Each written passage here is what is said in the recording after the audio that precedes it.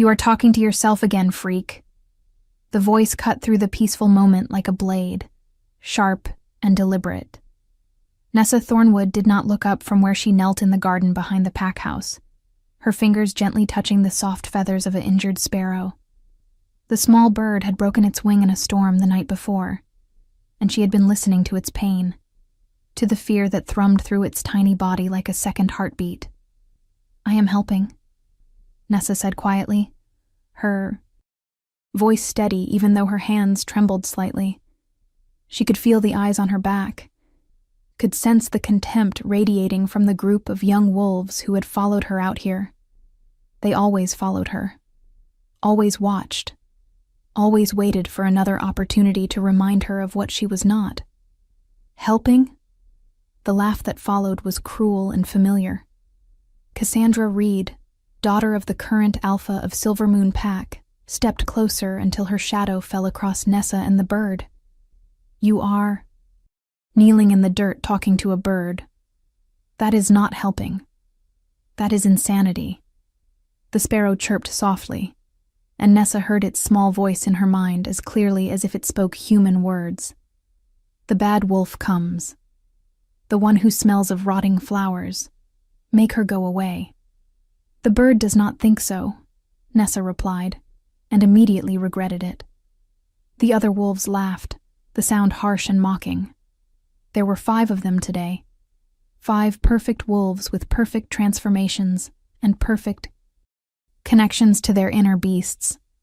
Everything Nessa was not.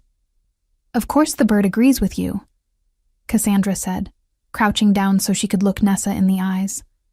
Her perfect face was twisted with disgust, her perfect blonde hair catching the morning sun. "Because you are absolutely insane. 23 years old and still no wolf. My grandmother transformed at 8, my mother at 7. Even the Omega pups in this pack manage their first shift by 15 at the latest. But you? Nothing. Just a pathetic human pretending to be one of us." Nessa felt the familiar burn of shame in her chest, but she kept her expression neutral. She had learned years ago that showing emotion only made it worse.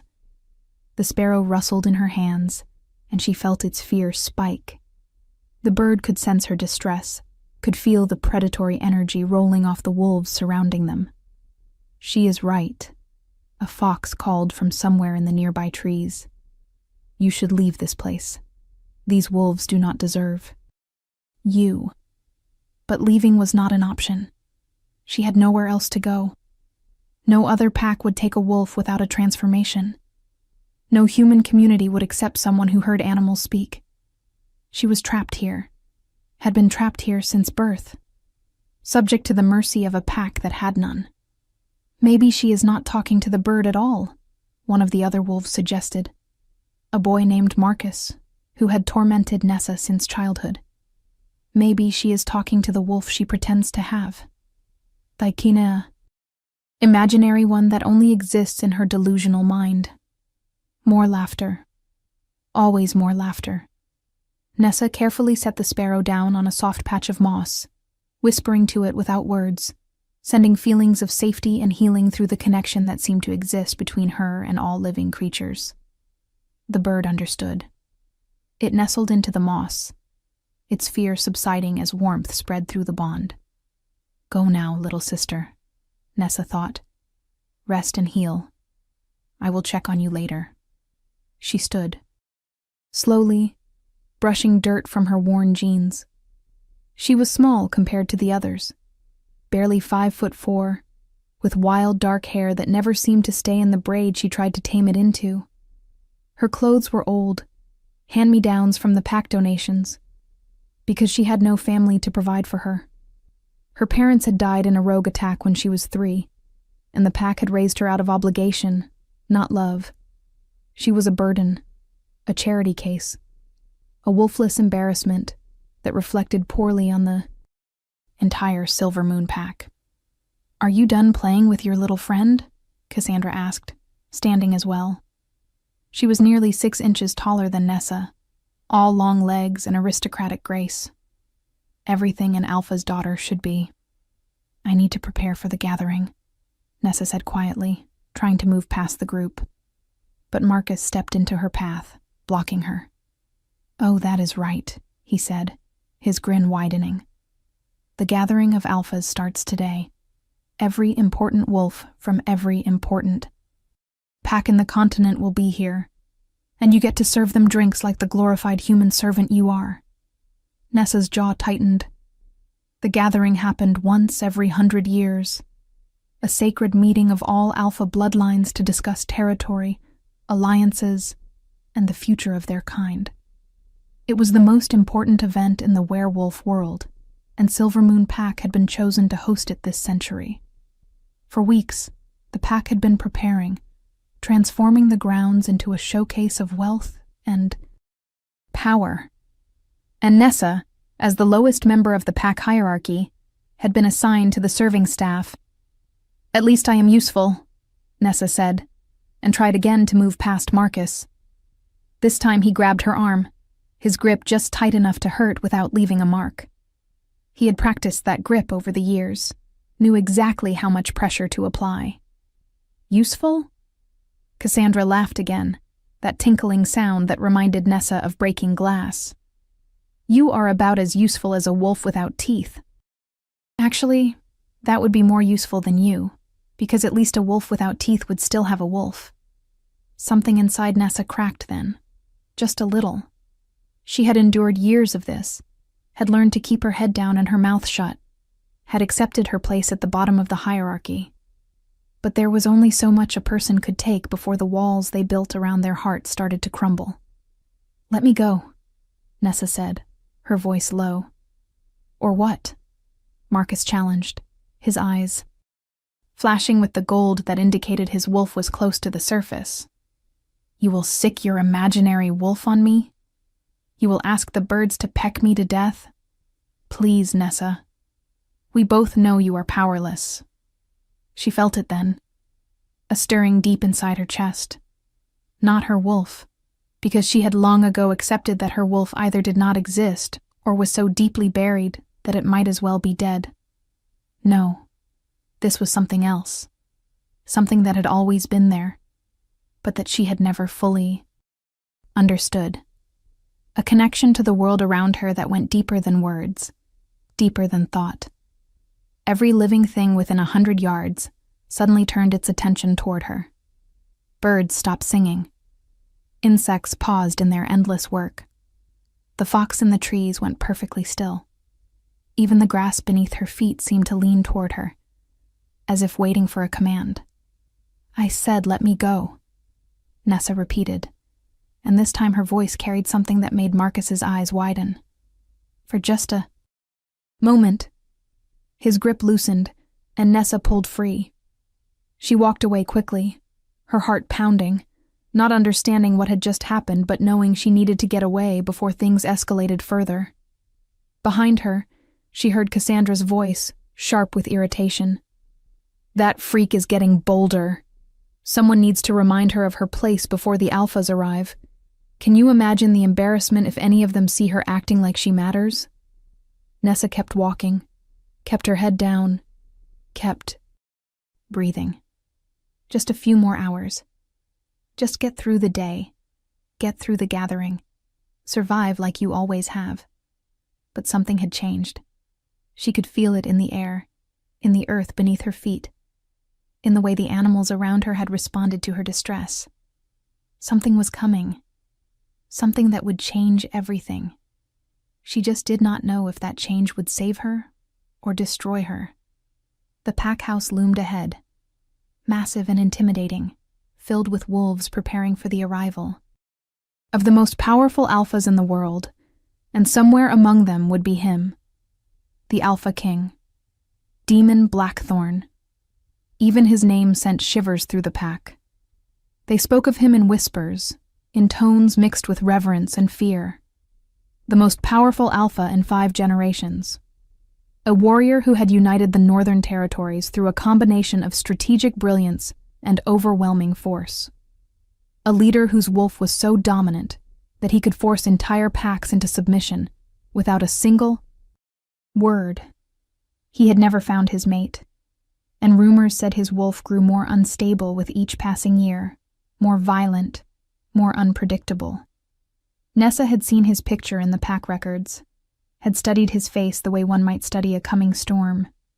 Dark hair, darker eyes, a face carved from stone and shadow, beautiful and terrible in equal measure. He looked like the kind of man who could destroy you with a glance, who carried death in one hand and dominion in the other. And he was coming here. Today. She pushed through the servants' entrance at the back of the pack house, immediately enveloped by the chaos of preparation. Wolves rushed everywhere, carrying linens and flowers, polish and paint. The head housekeeper, Mrs. Chen, spotted Nessa immediately and waved her over with barely contained anxiety. "There you are," Mrs. Chen said, her accent thick with the stress of the day. "We are behind schedule. The alphas begin arriving in 3 hours, and the main hall is not ready. I need you. To help with the table settings. Can you do that without causing problems?" Nessa nodded, swallowing the hurt that came with the casual assumption that she was a problem waiting to happen. "Yes, Mrs. Chen. I can do that." "Good. And Nessa." The older woman's voice softened just slightly. "Stay out of sight as much as possible during the actual gathering. Alpha Reed made it very clear that he does not want you visible when the other alphas are present. It reflects poorly on the pack to have a wolfless member serving at such an important event." Of course it did. Everything about Nessa reflected poorly on the pack. She was a walking reminder of failure, of weakness, of whatever genetic flaw had left her unable to access the wolf that should have been her birthright. If you are enjoying this story, do not forget to leave a like and subscribe to the channel for more emotional stories like this one. Nessa worked quickly and efficiently, setting tables with a precision born from years of practice. She arranged silver and crystal, folded napkins into complicated shapes, placed name cards at each seat with careful attention to pack hierarchy. The main hall was massive, with soaring ceilings and walls lined with portraits of past alphas. At the head of the room sat the high table, where the most powerful alphas would dine. She saw the name cards as she placed them. Alpha Reed of Silver Moon, Alpha Constantine of Ironpaw, Alpha Marissa of Shadowfin, and there, in the center position, of highest honor, the card that made her hands shake slightly as she set it down, Alpha King Demon Blackthorn of the United Northern Territories. She stared at the card for a moment too long, trying to imagine what it would be like to meet him. Would he look at her with the same contempt as the others? Would he even notice her at all? She was meant to be invisible, after all. A ghost moving through the halls, serving and cleaning and existing only to make the lives of real wolves easier. "Nessa." The sharp voice made her jump. She turned to find Cassandra striding into the hall, now dressed in a gown that probably cost more than Nessa would see in a year. The Alpha's daughter looked like royalty, every inch of her designed to attract the attention of powerful males. "Did you touch my place setting?"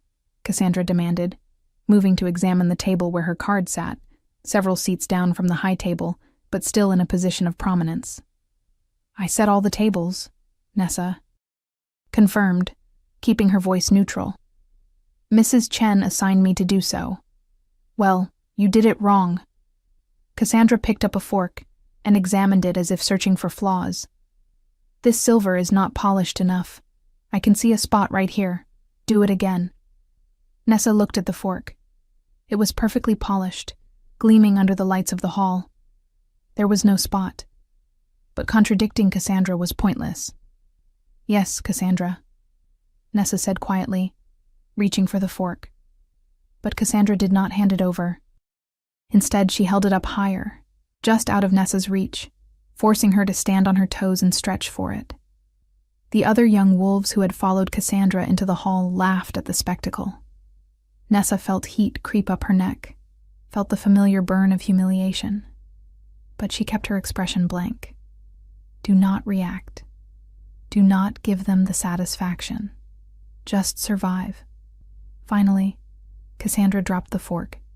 It clattered to the floor, bouncing under the table. Oops, Cassandra said, her smile sharp as knives. Better get that. Would not want the Alpha King to see dirty silverware on the floor. Nessa knelt and crawled under the table, her fingers closing around the fork. She could hear them above her, their laughter floating down like poison rain. This was her life. This had always been her life. And unless something changed, it always would be. She emerged from under the table, fork in hand, and nearly collided with Mrs. Chen, who looked more frazzled than ever. They are here. Mrs. Chen hissed. The first alphas are arriving. Everyone to your positions, now. The hall erupted into controlled chaos as servants rushed to finish final preparations. Cassandra and her friends disappeared to join their families in the greeting party. Nessa was herded with the other servants to the side of the hall, where they were meant to stand invisible and ready to serve at a moment's notice. She found her position near the back, grateful for the shadows. From here, she could see without. Being seen, could observe without drawing attention. The massive doors at the far end of the hall opened, and the alphas began to enter. They came in order of power and prestige, each one announced by a herald. They were magnificent, these rulers of the werewolf world, tall and powerful, moving with the predatory grace that came from a lifetime of dominance. Their eyes glowed with the gold of their wolves, marking them as the elite, the strongest, the chosen leaders of their kind. Alpha. Constantine entered with his mate, a woman nearly as intimidating as he was. Alpha Marissa came alone, her reputation as a warrior queen preceding her like a banner. Others followed, each one adding to the display of power and prestige. And then the herald's voice rang out, one final time, and the entire hall fell silent. Presenting His Majesty, Alpha King Demon Blackthorn, ruler of the United Northern Territories, uniter of the broken packs, keeper of the ancient laws. The temperature in the room seemed to drop. Nessa felt it like a physical force, a pressure that made it hard to breathe. Every wolf in the hall instinctively bowed their heads, submitting to a power greater than their own. Even the alphas, proud and powerful as they were, lowered their eyes in respect. Nessa bowed her head as well, but she could not stop herself from looking up, from catching a glimpse of the man who commanded such absolute obedience. He was taller than she had expected. The pictures had not captured. The sheer presence of him, the way he seemed to fill the space around him with something that was not quite visible, but absolutely undeniable.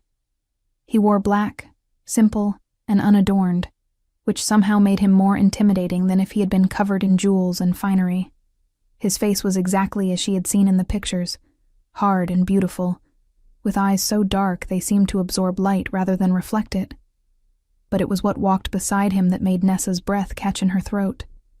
His wolf. She had heard the stories, but nothing could have prepared her for the reality. The wolf was massive, easily the size of a small horse, with fur so black it seemed to shimmer with blue undertones. Its eyes were the color of molten amber, and they radiated an intelligence that was almost frightening. Wolves did not usually maintain their transformation, except during pack runs or battles. To see an alpha's wolf walking beside its human form was unprecedented, a display of power that bordered on the supernatural.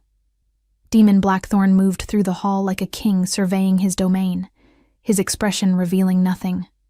His wolf moved with him, step for step, perfectly synchronized. They were terrifying. They were magnificent. They were everything Nessa would never be. Alpha Reed rushed forward, his own head bowed, his voice full of deference. Your Majesty, welcome to Silver Moon Pack. We are honored beyond measure to host the gathering.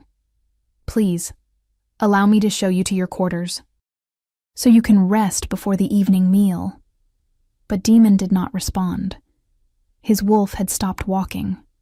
The massive creature stood absolutely still in the center of the hall, its head raised, its nostrils flaring. Every wolf in the room tensed, sensing something wrong. Demon frowned, his hand moving to rest on his wolf's head. "Shade," he said quietly, his voice deep and carrying easily through the silent hall. "What is it?" The wolf did not respond to its human. Instead, it began to move again. But not toward the quarters that had been prepared. It moved toward the side of the hall, toward the servants, toward Nessa. She felt her heart stop, felt the world narrow to the sight of that massive wolf walking directly toward her with purpose and intent. Every instinct she had, human and otherwise, screamed at her to run. But she was frozen, pinned in place by eyes that saw too much, knew too much.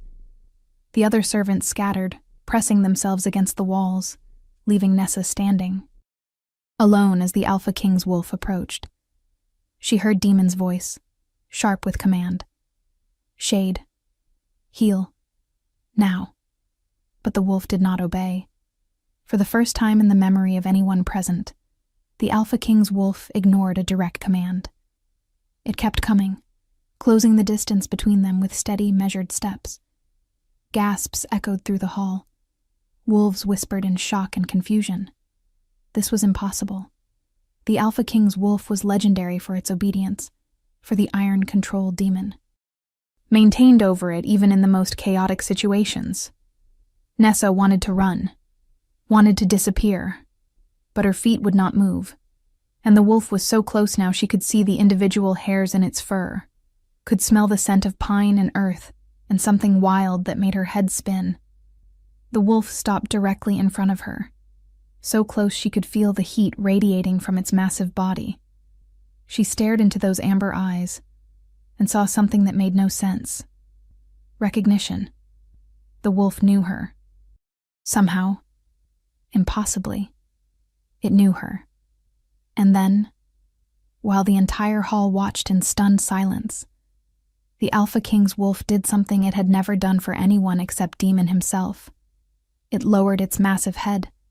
It folded its legs. It lay down at Nessa's feet and placed its enormous head in her lap, a gesture of submission and adoration that defied everything anyone knew about this creature. Nessa felt tears spring to her eyes without permission. She felt the wolf's presence in her mind, not words exactly, but feelings, emotions, mine, safe, home, found you. The hall erupted into chaos. Voices shouted over one another. Wolves surged forward and then back, torn between shock and the instinct to protect their king. But through it all, Nessa heard only one voice, low and dangerous, and carrying a fury that made her blood freeze. "What?" said Demon Blackthorn, and every word was a barely leashed threat. "Have you done to my wolf?" Nessa looked up from the wolf in her lap, looked past the wall of fur and heat, and met the eyes of the Alpha King. They were blazing with gold, his wolf rising to the surface in response to whatever was happening. He looked like he wanted to rip her apart with his bare hands. He looked like she had stolen something precious. He looked like she had just become the most dangerous person in his world. And Nessa, who had spent her entire life invisible, suddenly found herself at the center of attention from the one man in the world she should have remained hidden from. The Alpha King's wolf rumbled contentedly in her lap, and Nessa realized with creeping horror that her life had just changed in ways she could not begin to understand. The question was whether she would survive those changes long enough to discover what they meant. The silence that followed was somehow worse than the chaos. Every eye in the grand hall fixed on Nessa, where she knelt with the Alpha King's wolf, sprawled across her lap like an overgrown puppy seeking affection. The weight of the creature was immense. Its head alone probably weighed more than her entire body, and yet it radiated such contentment that Nessa could feel it thrumming through the bond that had somehow formed between them. She had not created this bond, had not asked for it. But it was there, undeniable and growing stronger with each passing second. Demon Blackthorn moved toward her with deadly grace, his face a mask of controlled fury that did nothing to hide the rage burning in his eyes. Every wolf in his path scattered, pressing themselves against walls, submitting with everything they had. No one wanted to be between the Alpha King and whatever threat he perceived. And Nessa, apparently, was that threat. "I asked you a question," Demon said, his voice dropping to a register that made the windows rattle. "What have you done to my wolf?" Nessa opened her mouth, but no sound came out. Her hands had somehow found their way to the wolf's fur, fingers tangling in the impossibly soft black coat without her conscious decision to touch it.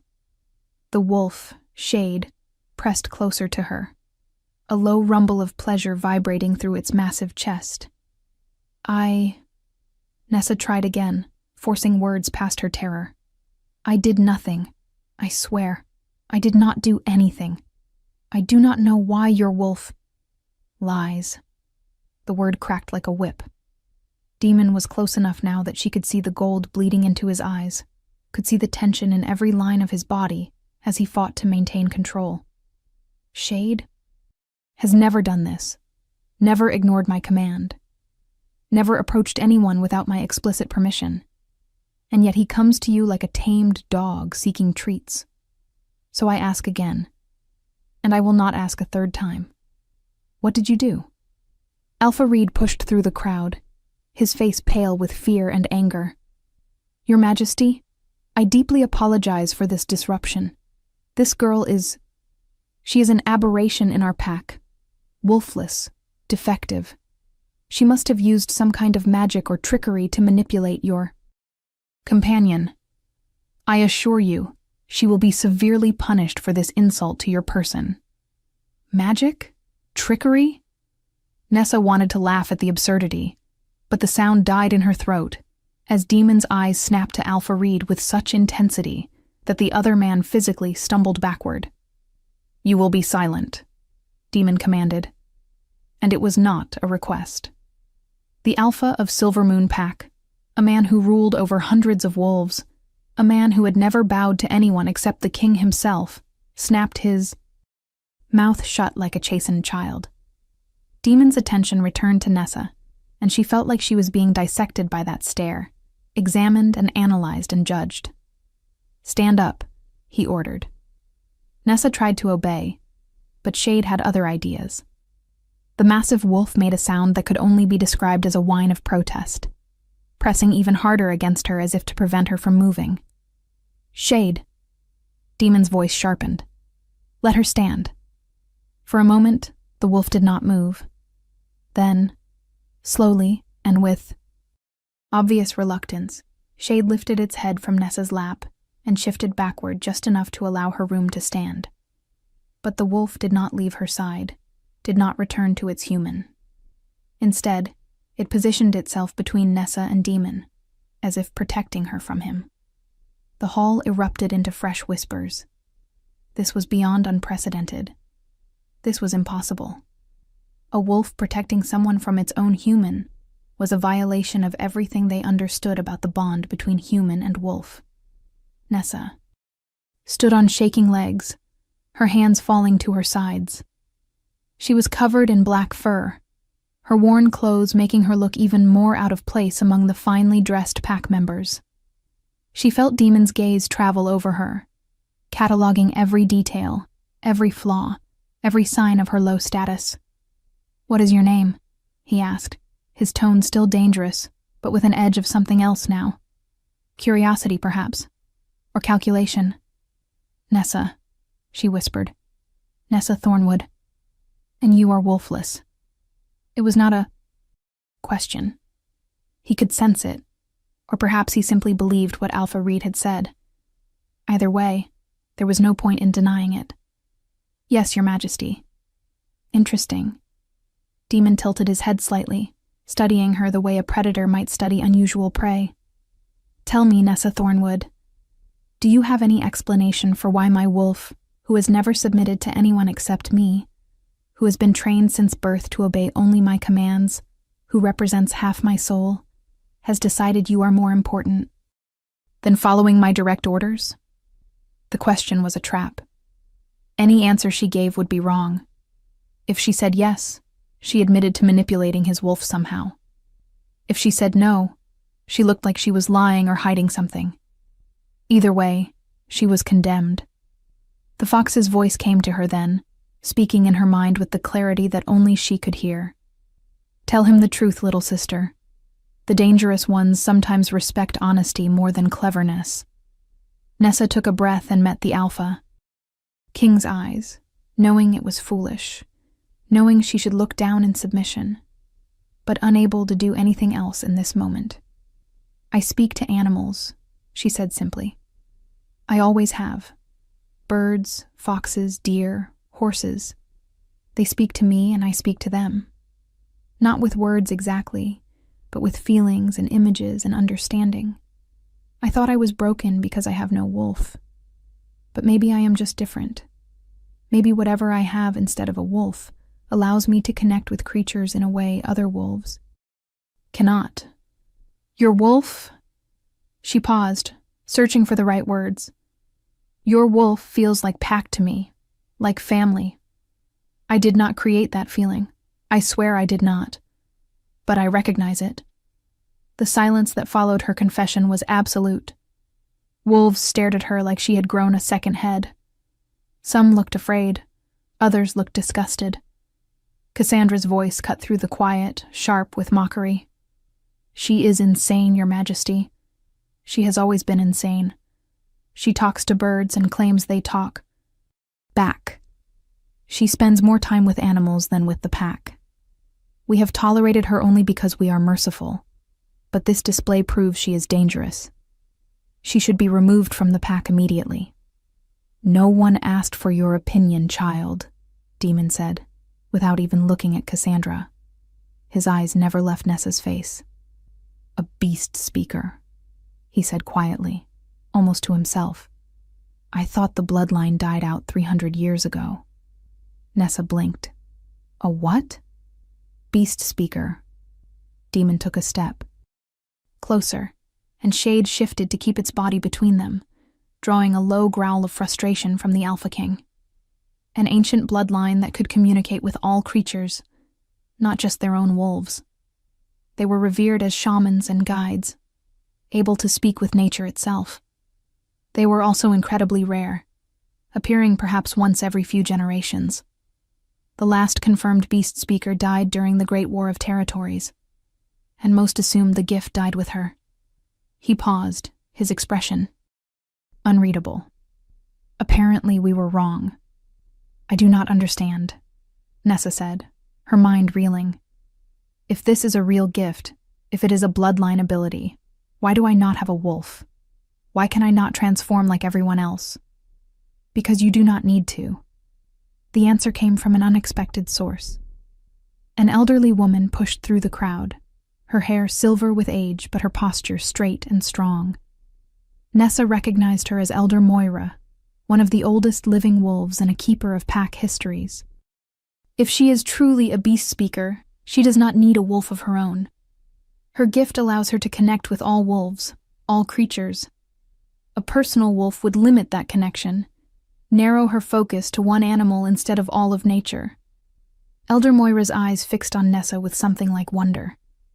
Child, do you know who your parents were? Nessa shook her head. They died when I was 3. A rogue attack. I do not remember them. And no one thought to check her lineage? Elder Moira's voice, sharp with accusation as she turned to Alpha Reed. No one thought it strange that a child would survive a rogue attack that killed 2 adult wolves. No one questioned why she did not manifest a wolf.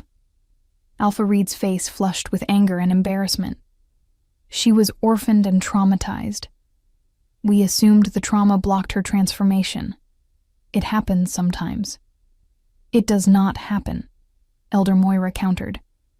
And if you had bothered to check the old records instead of simply labeling her defective, you would have discovered that her mother was Elena Thornwood, last descendant of the Thornwood line, which traces directly back to Arya the Wise, the most powerful beast speaker in recorded history.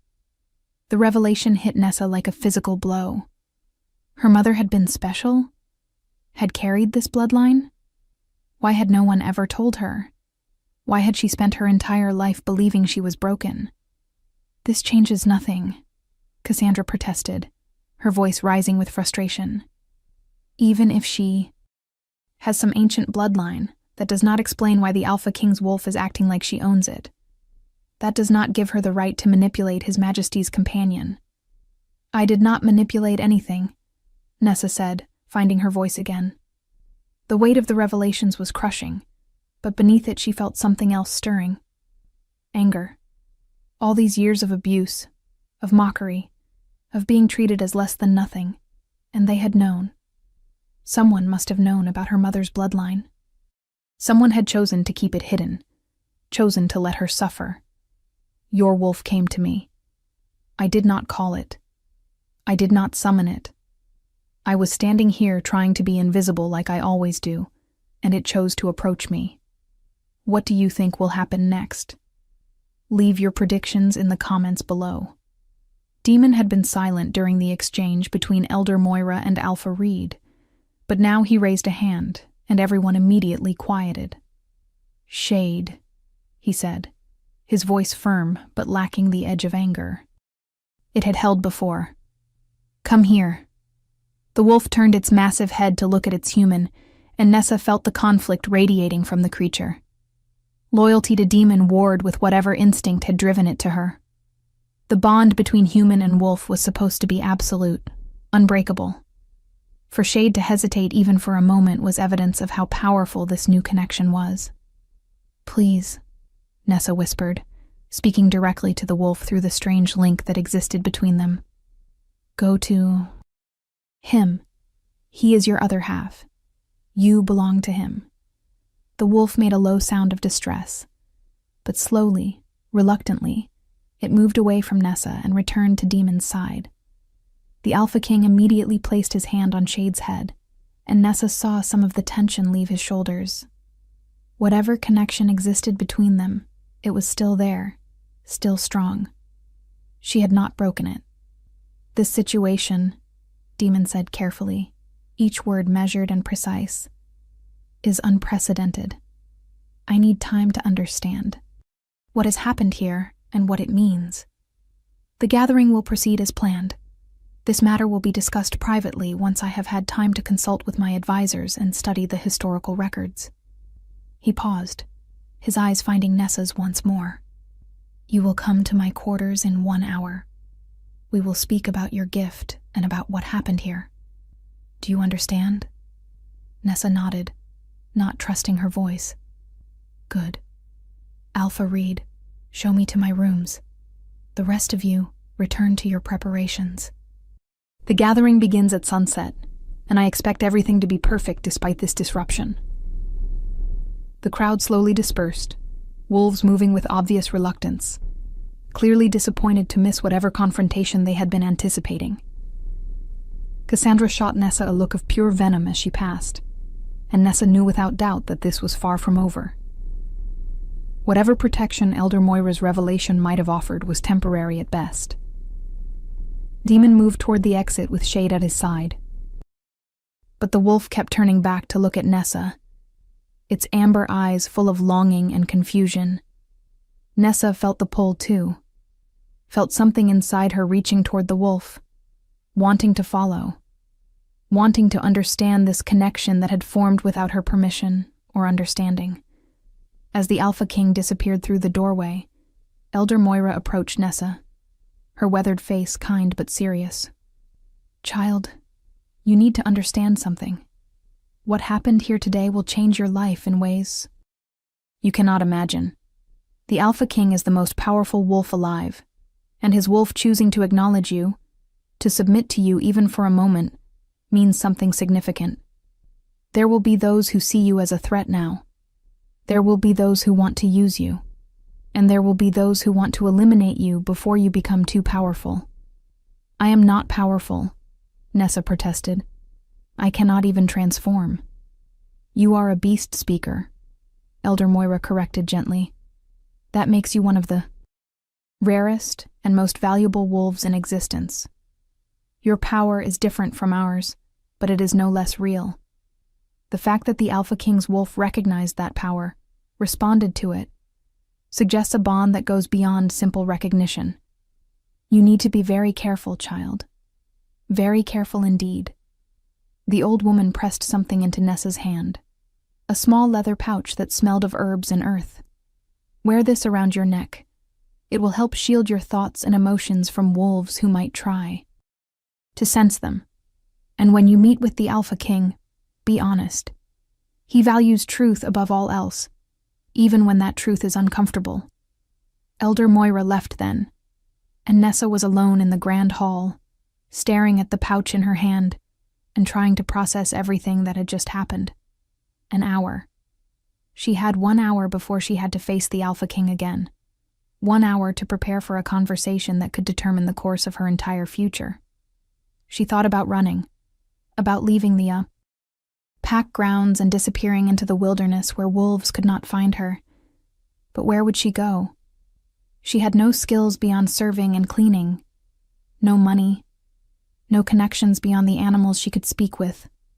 And more than that, something inside her did not want to run.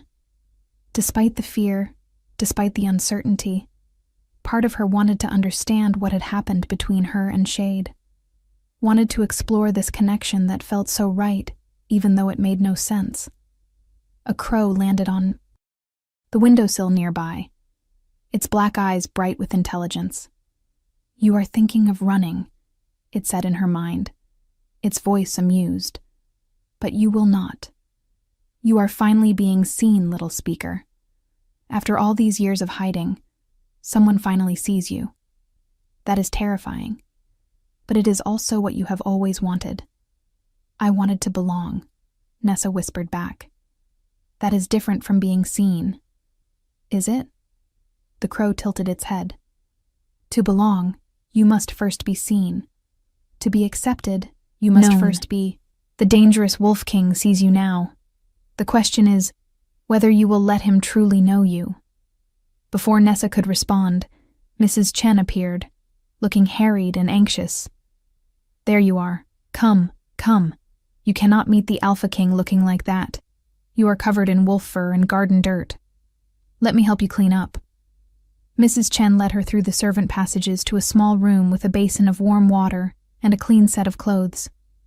Nothing fancy, but better than what Nessa usually wore. As the older woman helped her wash and change, she spoke in low, urgent tones. "I do not know what happened out there, and I do not pretend to understand it. But I do know this. The Alpha King is not a man who tolerates deception or manipulation. If you have done something to his wolf, if you have used some kind of trick or magic, you need to confess it now before things get worse." "I did not do anything," Nessa said, frustration seeping into her voice. "Why does everyone assume I must have done something wrong? Why can it not simply be that his wolf recognized something in me?" Mrs. Chen paused in her work, her hands gentle as she combed through Nessa's hair. "Because, child, in our world, power seeks power. The Alpha King's wolf is the most dominant creature alive. For it to submit to you, even partially, means you have power. And power in someone as low-ranked as you, someone who has been invisible for so long, is frightening to those who have always been on top." She finished with Nessa's hair, pulling it back into a neat braid. "There, you look presentable. Remember, be respectful. Answer his questions honestly.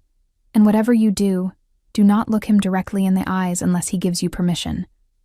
He may be curious about you now, but he is still the Alpha King. One wrong move and curiosity can turn to anger very quickly." Nessa nodded, though part of her rebelled at the idea of submitting to anyone anymore. She had spent her whole life making herself small, invisible, unthreatening. And where had it gotten her? Mocked and abused and treated as less than nothing. Maybe it was time to stop apologizing for existing. Mrs. Chen escorted her through the pack house to the wing that had been prepared for the Alpha King. Guards stood at attention outside the massive doors, their eyes tracking Nessa with suspicion and hostility. One of them, a large male with scars crossing his face, looked at Mrs. Chen. "This is the wolfless girl? This is Nessa." "Thornwood," Mrs. Chen confirmed. The Alpha King requested her presence. The guard's lip curled with disdain. The king is inside with his beta. You will wait here until he is ready for you." They were made to stand in the hallway for what felt like an eternity, but was probably only 10 minutes. Nessa could hear voices from inside the room, too muffled to make out words but carrying the tone of serious discussion.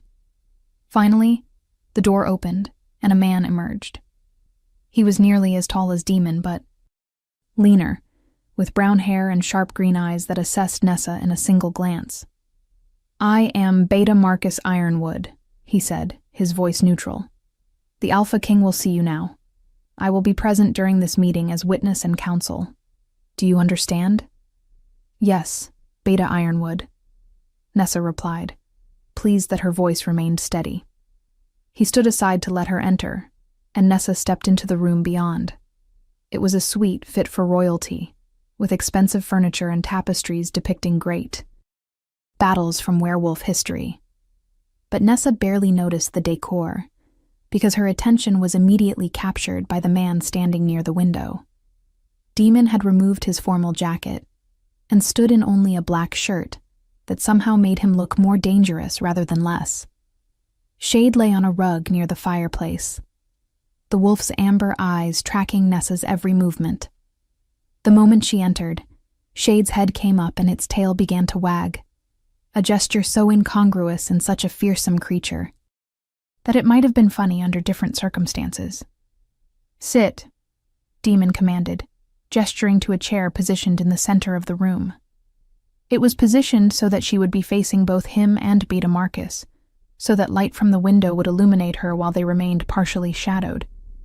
An interrogation setup. Nessa sat, keeping her spine straight and her hands folded in her lap. She had decided during the walk here that she would not apologize anymore, would not act ashamed of something she had not done. "Elder Moira has provided me with the historical records regarding beast speakers," Demon began, pacing slowly in front of the window. "The accounts are fragmentary and often contradictory, but certain facts are consistent. Beast speakers could communicate with all creatures, not just wolves. They served as mediators between packs and nature, ensuring balance and understanding. They were also highly sought after as mates by powerful alphas because their ability to communicate with wolves made them invaluable in managing large packs and territories." He stopped pacing and turned to face her directly.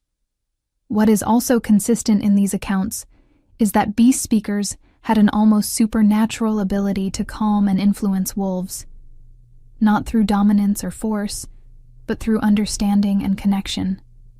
A powerful beast speaker could theoretically influence even an alpha's wolf if the connection was strong enough." "Are you suggesting I am influencing your wolf?" Nessa asked, meeting his eyes despite Mrs. Chen's warning. "I am stating facts," Demon replied. "What I am asking is whether you are aware of any ability you might have to influence or control wolves beyond simple communication." "No," Nessa said firmly. "I can speak with animals. I can understand their feelings and thoughts. But I have never controlled them. I have never made them do anything against their will. I would not even know how to begin attempting such a thing." Beta Marcus stepped forward, his expression skeptical. "Your Majesty, with respect, we only have her word on this. She could be lying to protect herself. We should test her, verify her claims before we decide how to proceed." "Test me how?" Nessa asked, turning to look at the beta.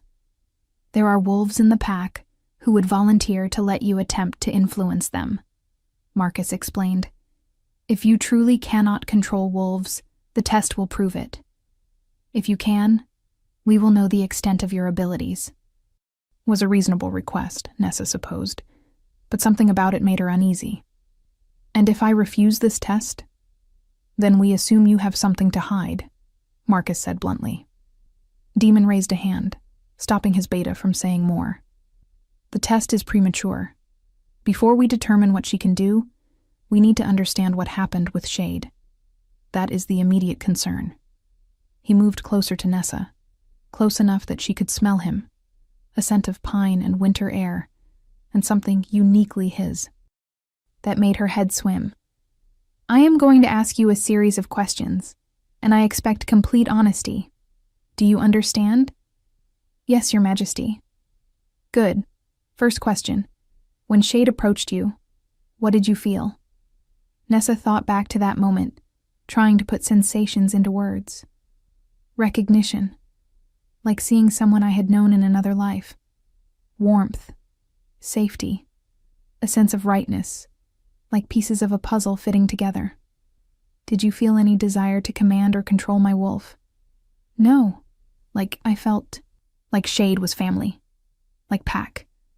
I wanted to comfort it, to understand why it was approaching me, but I had no desire to control it. When I commanded Shade to return to me, you told my wolf to obey. Why? The question surprised her. Because Shade belongs to you. The bond between you and your wolf is sacred. I would never try to come between that. I know what it is like to not have a wolf, to feel incomplete.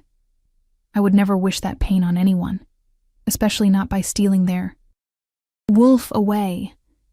Something flickered in Demon's dark eyes, some emotion Nessa could not identify. And yet Shade hesitated. Shade has never hesitated to obey me before, not once in 15 years. What does that tell you? That whatever connection formed between us is powerful, Nessa admitted, but not more powerful than your bond. Shade returned to you. That proves where the wolf's true loyalty lies. Or it proves that you are skilled enough to make it seem like Shade returned willingly when in fact you released control. Beta Marcus interjected. We still have no proof that you are not manipulating the situation. Nessa felt her temper flare, the anger that had been building all day finally finding a target. I have no reason to manipulate anyone. I am the lowest-ranked wolf in this pack. I own nothing. I have no power. I have no connections. What possible benefit would I gain from manipulating the Alpha King's wolf? All I have done is exist, and apparently even that is too much for people to accept without assuming the worst of me. The words came out sharper than she intended, but she could not bring herself to regret them. She was tired of being accused, tired of defending her existence, tired of apologizing for being different. Demon's eyebrows rose slightly, and she realized with horror that she had just snapped at the Alpha King, that she had raised her voice to the most powerful wolf alive, that she had probably just signed her own death warrant. But instead of the anger she expected, Demon smiled. It was a small smile, barely there, but genuine. You have spirit, he said. I appreciate that. Too many wolves cower and grovel. It grows tiresome. If you want to see how this story ends, make sure you are subscribed with notifications on. He returned to his pacing, and Nessa released a breath she had not known she was holding. Here is what I have decided, Demon announced. The situation is too complex to resolve immediately. Beast speakers are too rare and too valuable to make hasty judgments about. Therefore, you will remain under my direct observation for the duration of the gathering. You will attend the official functions as part of my personal staff, rather than the general serving staff. This will allow me to watch how you interact with Shade and to determine whether there is truly a natural bond, or whether you are exerting influence. Your Majesty, Beta Marcus protested. Having her so close could be dangerous if she is manipulating Shade. Then we will discover that quickly, will we not? Demon replied. Besides, if she truly is a beast speaker, having her close might prove useful. These gatherings always involve delicate negotiations. Having someone who can read the emotions and intentions of others through their wolves could be advantageous. He turned back to Nessa. You will be given quarters near mine. You will dress appropriately for formal functions. You will comport yourself with dignity and respect.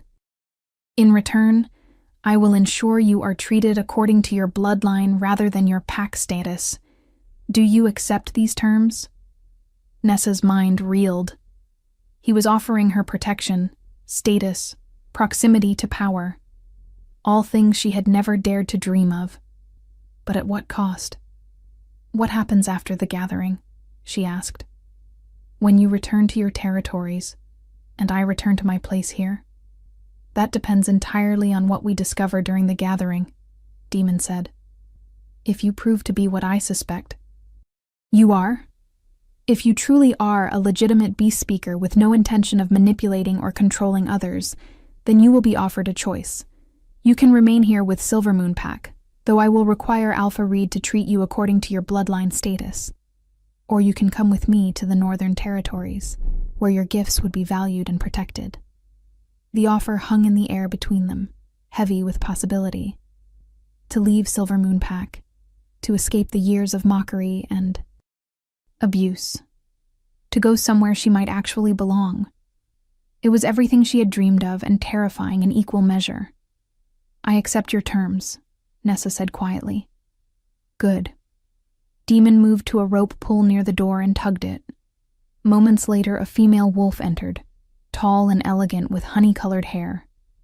This is Lady Helena, Demon introduced. She is my head of household staff.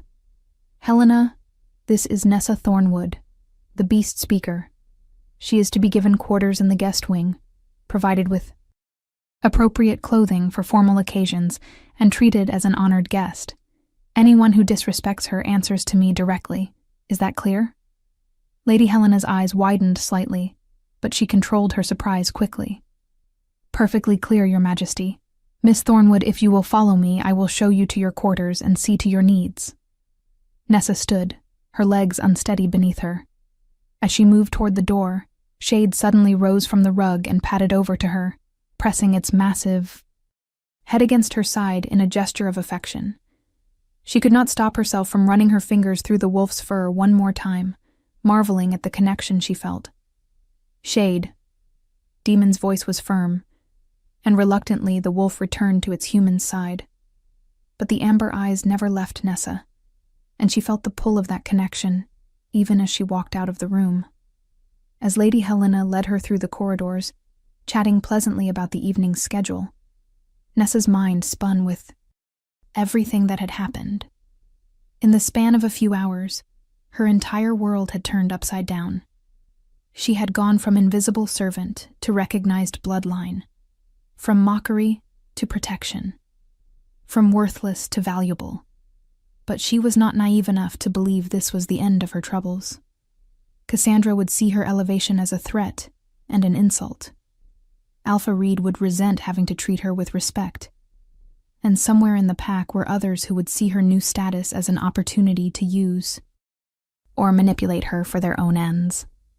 The quarters Lady Helena showed her to were beyond anything Nessa had ever experienced.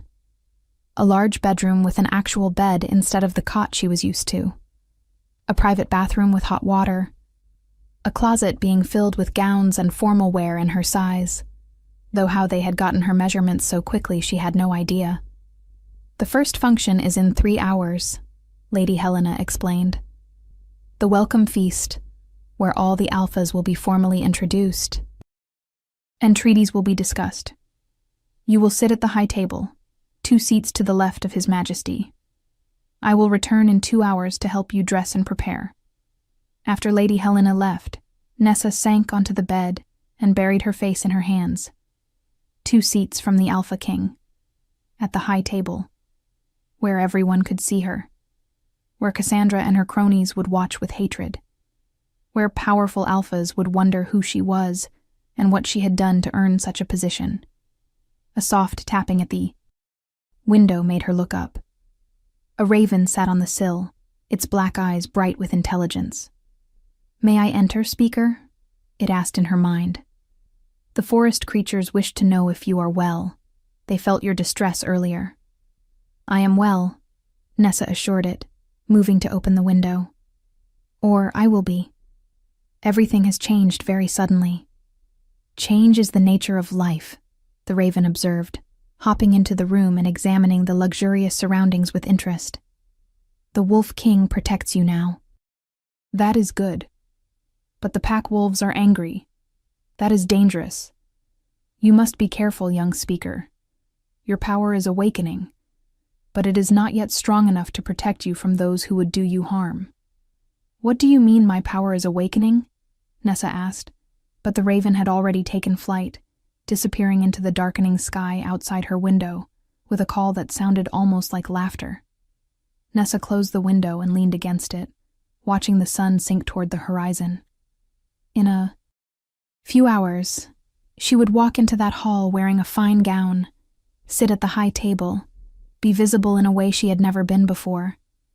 The question was whether visibility would finally give her the belonging she craved, or whether it would simply make her a bigger target for those who wanted her gone. She thought of Shade's amber eyes, of the warmth of that connection, of the way Demon had looked at her with something that might have been respect. Maybe, just maybe, this was her chance to finally understand what she was meant to be, to discover if there was more to her existence than serving and surviving, to find out if a beast speaker could truly belong in a world of wolves. The sun set, painting the sky in shades of blood and gold, and Nessa prepared herself for the performance of a lifetime. Tonight, she would walk into a room full of the most powerful wolves in the world and pretend she belonged there. Tonight, she would sit beside a king and act like it was her right. Tonight, she would be visible, whether she was ready or not. And somewhere in the depths of the pack house, she knew Cassandra was preparing too, sharpening her claws and planning her revenge. The gathering was about to begin, and Nessa had a feeling the real battles would not be fought in negotiation rooms, but in the shadows and whispers where reputations were destroyed and lives were ruined. She just hoped she would survive long enough to discover the truth about what she was and what she could become. When Lady Helena returned 2 hours later, she brought with her a team of attendants who transformed Nessa into someone she barely recognized. The gown they dressed her in was midnight blue, simple in design, but clearly expensive, cut to flatter her small frame without being ostentatious. They left her hair down, unusual for formal events, but the dark waves cascading over her shoulders somehow made her look more exotic than unkempt. Subtle cosmetics enhanced her features without hiding them. And when they finally allowed her to look in the mirror, Nessa saw a stranger staring back. She looked like she belonged at a high table, like she had the right to sit among alphas, like she was more than the invisible servant they had all dismissed.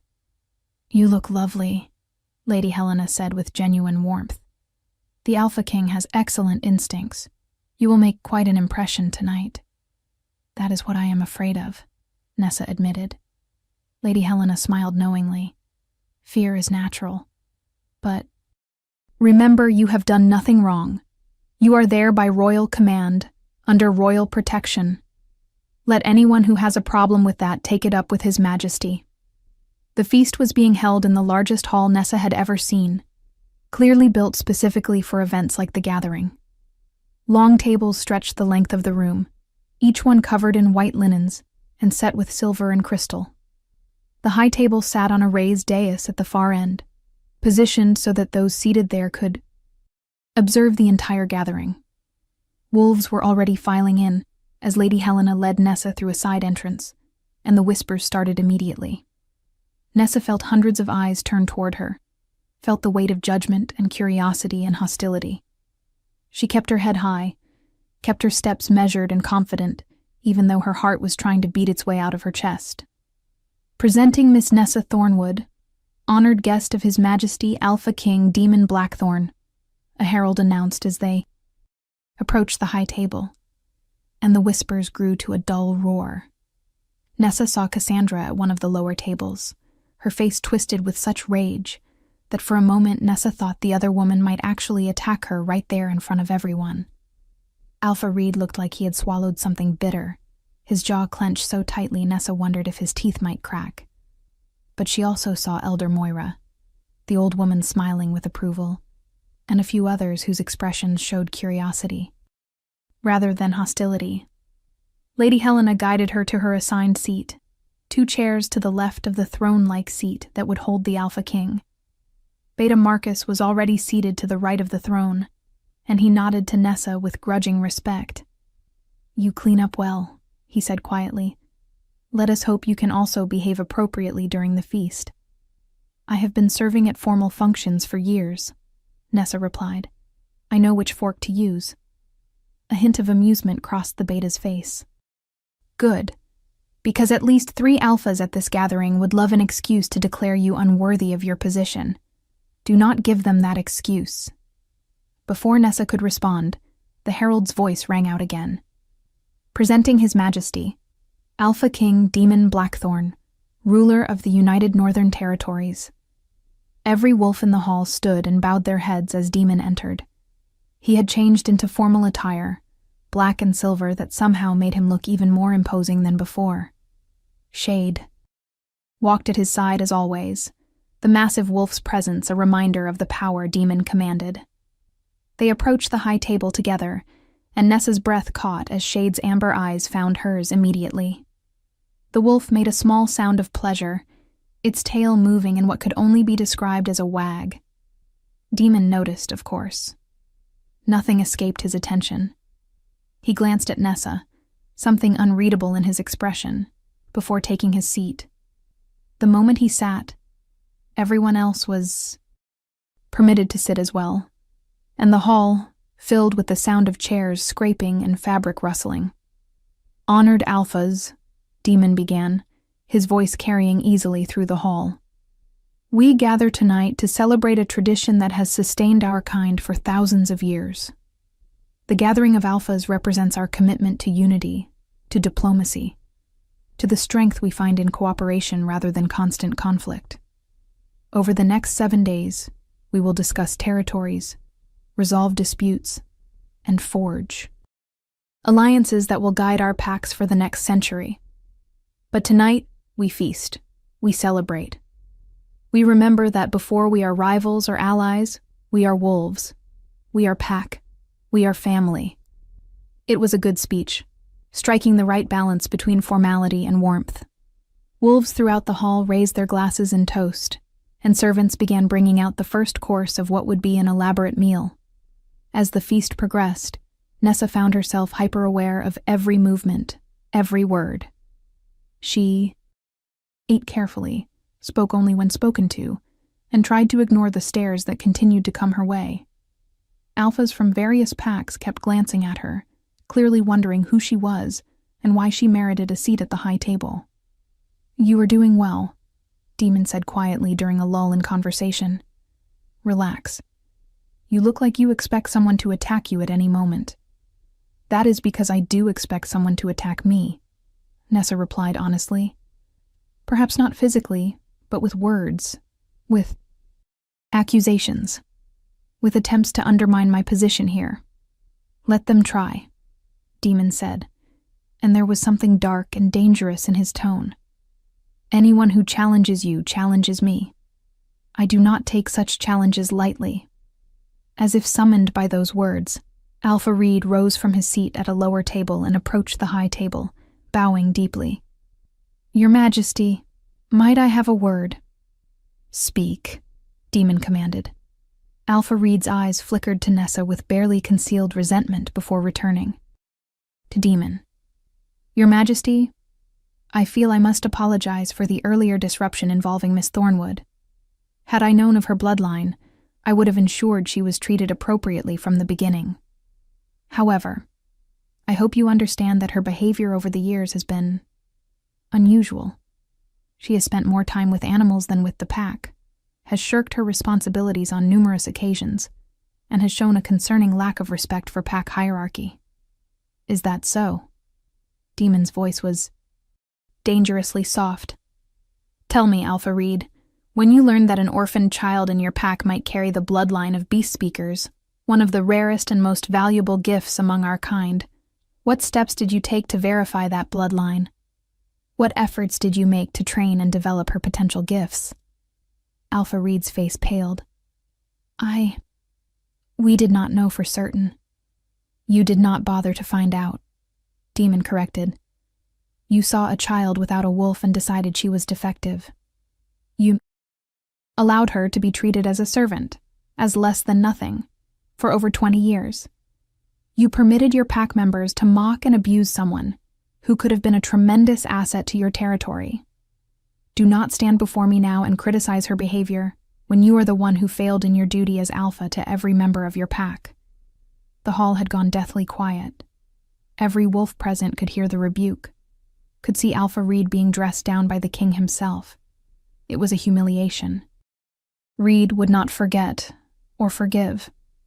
"I understand, Your Majesty," Reed said stiffly. "It was an oversight I deeply regret. With your permission, I would like to make amends by formally recognizing Miss Thornwood's bloodline and elevating her status within Silver Moon Pack." "That will not be necessary," Demon said coldly. "Miss Thornwood's status is not yours to determine. She is under my direct protection now, and decisions about her future will be made by me, in consultation with her. Not by you, not by anyone else. Am I clear?" "Perfectly clear, Your Majesty." Alpha Reed bowed again and retreated to his table, his humiliation complete. Nessa sat frozen, trying to process what had just happened. The Alpha King had publicly defended her, had openly declared her under his protection, had made it clear that anyone who wanted to harm her would have to go through him first. "You did not have to do that," Nessa whispered. "Yes, I did," Demon replied. "Weak alphas like Reed are part of why our kind struggles. They care more about appearances and traditions than about recognizing value and potential. If we are to survive the challenges ahead, we need to be better than that." Before Nessa could respond, another alpha approached the high table. This one was female, tall and elegant with silver streaking through her black hair. "Your Majesty," she said, her voice respectful but curious. "I am Alpha Marisa of Shadowfen Pack. Forgive my boldness, but I must admit to intense curiosity about your young companion. Beast speakers are legend in my territory. We have stories of one who lived among us 3 centuries ago, who helped broker peace between our pack and the bear clans of the northern mountains. If Miss Thornwood truly carries that gift, I would be honored to hear of her experiences." It was said politely, but Nessa could sense the test in it. Alpha Marisa was giving her an opportunity to prove herself, to demonstrate that she deserved her place at this table. Nessa took a breath and met the Alpha's eyes, remembering Elder Moira's advice about honesty. "I have only recently learned that my abilities have a name, Alpha Marisa. For most of my life I believed I was simply broken, unable to transform like other wolves. But yes, I can communicate with animals. Birds tell me of dangers they have seen. Foxes share news of the forest. Even insects will sometimes warn me of threats I cannot see. The connection is not something I control consciously. It simply exists, like breathing." "Fascinating," Alpha Marisa said, genuine interest in her voice. "And you can communicate with all creatures, not just warm-blooded animals?" "I believe so, though I have not tested the full extent of the gift. I once helped a spider colony relocate from the packhouse kitchens by explaining to them that the cooks would kill them if they stayed. They understood and moved to the gardens instead. A few wolves nearby chuckled at that, and Nessa saw some of the tension in the room ease slightly. Alpha Marisa smiled. "A practical application. I like that. Tell me, have you considered what you might do with such a gift if given the proper resources and training?" It was a loaded question. Nessa glanced at Demon, who nodded slightly, giving her permission to answer freely. "I have not had time to consider it," Nessa admitted. "But if I could choose, I would like to help bridge the gap between wolves and other creatures. We share territories with so many species, yet we rarely communicate with them. We encroach on their lands without understanding. We hunt without knowing if we are disrupting important migrations or breeding grounds. A beast speaker could serve as a mediator, ensuring that all creatures can coexist more peacefully." "A noble goal," Alpha Marisa approved. "If you ever find yourself in need of a territory that values such work, Shadowfen would welcome you." It was an offer, Nessa realized. A powerful alpha was offering her a place in her pack, publicly, where everyone could hear. It was also a subtle challenge to Demon, a way of testing how seriously he meant his protection. "I appreciate the offer, Alpha Marissa," Nessa said carefully. "But for now, I am committed to understanding my gifts better before making decisions about where I might use them." "Wisely said," Alpha Marissa replied, inclining her head before returning to her seat. The rest of the feast passed in a blur of introductions and careful conversations. Several other alphas approached to speak with Nessa, some out of genuine curiosity, others clearly testing to see if she deserved her position. Through it all, Demon remained a steady presence at her side, occasionally interjecting when conversations grew too aggressive, but mostly allowing her to navigate the social waters herself. Shade remained close as well, the massive wolf lying at Demon's feet, but with its head turned toward Nessa, as if keeping watch over her. She could feel the connection between them, that inexplicable bond that had formed the moment their eyes met. It was not romantic or possessive, not like the mate bonds she had read about in old stories. This was something purer, simpler, a recognition of kinship, of understanding, as if Shade could sense something in her that even she did not fully understand yet. Finally, as the feast wound down and wolves began to disperse to various reception rooms for more informal socializing, Demon stood and offered Nessa his hand. "Walk with me," he said. It was not a request. Nessa took his hand, feeling calluses and strength, and allowed him to lead her out of the hall through a side exit. Shade followed, of course, the wolf's presence a constant reminder of the strangeness of this entire situation. They walked through the gardens behind the pack house, the moon rising full and bright overhead. The night air was cool and clean, carrying the scent of flowers and earth. "You handled yourself well." "Tonight," Demon said after a few minutes of silence. "Better than I expected for someone who has never been trained in pack politics." "I have spent years observing," Nessa replied. "When you are invisible, you see things others miss. You learn how power flows, how alliances form and break. I may not have participated, but I have always been paying attention." "That makes you dangerous," Demon observed. "Knowledge is often more powerful than strength." "Is that why you are keeping me close?" Nessa asked. "Because you think I am dangerous?" "I am keeping you close because my wolf has decided you are important, and I have learned to trust Shade's instincts even when I do not understand them." He stopped walking and turned to face her. "But I will not pretend I am not also intrigued by what you represent. A beast speaker could change the balance of power in this world. Your ability to communicate with all creatures, to potentially influence them, makes you incredibly valuable. There will be alphas who want to use you, others who will want to eliminate you before you become a threat. I need to determine which category I fall into."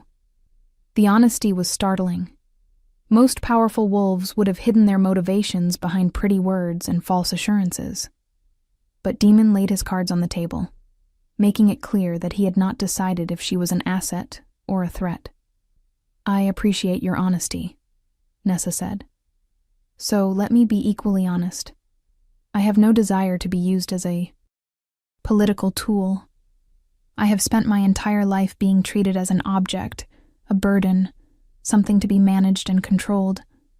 If you are planning to do the same thing, just with better accommodations and nicer clothes, then I would rather you tell me now so I can decide whether staying under your protection is worth the price."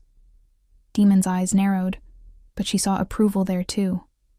"And what would you do if you decided it was not worth the price?" "Leave," Nessa said simply. "Go somewhere remote, where packs do not reach. Live among the animals I can speak with. It would be lonely, but at least it would be my choice." "You would give up connection with your own kind?" "My own kind gave up on me long ago," Nessa replied, unable to keep the bitterness from her voice. "The only kindness I have known has come from creatures that cannot speak human words. So yes, I would give up connection with wolves if the alternative is being used and manipulated. Shade moved then, rising from where the wolf had been lying and padding over to Nessa. The massive head bumped against her hip, and she heard Shade's voice in her mind, clearer than any animal she had ever communicated with before. Not alone anymore. Found you. Pack now. Tears sprang to Nessa's eyes before she could stop them. It was such a simple statement, but it carried weight and warmth and a promise of belonging she had never expected to feel. Shade thinks you are Pack, Demon said quietly, and she realized he could sense some of what was passing between her and his wolf. That is not a designation my wolf gives lightly. In 15 years, Shade has accepted perhaps a dozen wolves as true Pack. You have known each other for a handful of hours, and already Shade considers you family. That should not be possible. Maybe it is not about time, Nessa suggested, wiping away a tear before it could fall. Maybe it is about recognition. Maybe Shade sees something in me that resonates with something in you. Maybe that is what beast speakers do. Recognize the bonds that exist between souls. If this story touched your heart, share it with someone who loves epic romance. Tell me in the comments, did you see this ending coming? Demon stared at her for a long moment, his dark eyes searching her face as if trying to read her soul. You believe in soul bonds. I believe that connections exist that we cannot fully explain, Nessa replied. I have spent my whole life feeling those connections with animals.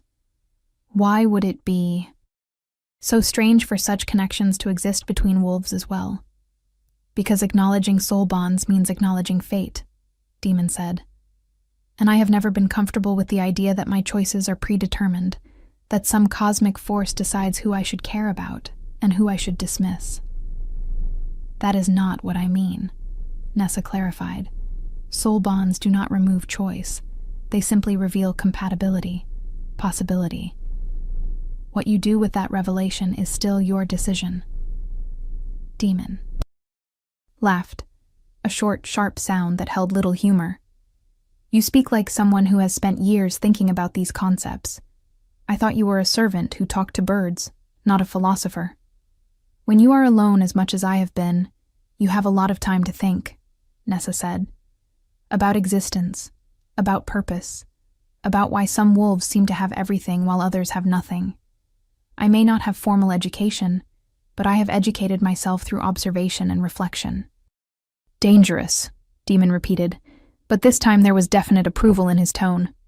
You are far more dangerous than anyone realizes. They walked in silence for a while longer, Shade moving between them like a living bridge. The gardens gave way to wilder grounds, trees and underbrush that reminded Nessa of the forests where she had spent so much of her time. A fox appeared on the path ahead, its eyes reflecting the moonlight. Young speaker, it greeted her. The forest creatures have been discussing you. They say you have found Pack with the great wolves. Is this true? Perhaps, Nessa replied aloud, forgetting for a moment that Demon was listening. It is too early to know for certain. The fox looked at Demon with what could only be described as suspicion. This one smells of power and blood. Be careful, young speaker. Powerful wolves are dangerous even to those they claim to protect. I will be careful, Nessa assured the fox. Thank you for your concern. The fox nodded and disappeared into the underbrush. Demon watched the entire exchange with fascination. You truly do speak with them. It is not metaphorical or symbolic. You have actual conversations with animals. Yes, Nessa confirmed. Though the level of complexity varies. Foxes and corvids are remarkably intelligent. They can communicate abstract concepts, warnings, even gossip. Insects are more basic, mostly feelings and simple information. But all of them can communicate if you know how to listen. Show me, Demon commanded. Prove that you can do more than simply talk to creatures. Prove that you can call them, that they will respond to you. It was another test. Nessa understood that. He needed to know the extent of her abilities, needed to determine if she was truly as unique as she claimed, or if this was somehow an elaborate deception. She closed her eyes and reached out with that part of her that had always existed, but that she was only now beginning to understand. She did not use words, did not make sounds. She simply projected feelings, thoughts, a sense of invitation and welcome that rippled outward like waves on a pond. The response was immediate. Birds began landing in the trees around them, dozens of them, different species that would normally never gather together. Rabbits emerged from burrows, their noses twitching. A deer stepped carefully through the underbrush, its large eyes wary but curious. Even insects began to gather, fireflies and moths creating patterns of light in the darkness. Within minutes, they were surrounded by creatures, all of them focused on Nessa, all of them responding to her call. Remarkable, Demon breathed. I have seen alphas command packs of hundreds. I have seen warriors inspire loyalty through strength and dominance. But I have never seen anything like this. They come because they choose to, Nessa explained. Not because I force them. I simply showed them that I am safe, that I understand them, that I mean no harm. They respond to that invitation because so few beings ever extend it to them.